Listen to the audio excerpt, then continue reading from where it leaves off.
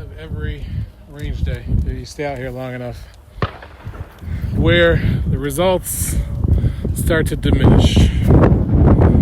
And where you were shooting good earlier, you are not shooting good anymore. And it's fatigue.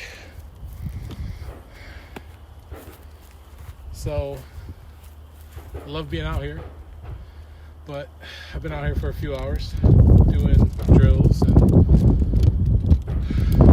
just trying to work on things, and to the point where I'm getting tired, starting to make mistakes, simple mistakes like reloading the mag, and changing out the mags, dumping it in, bringing it up, gun still in slide lock, right? So I'm gonna wrap it up for the day.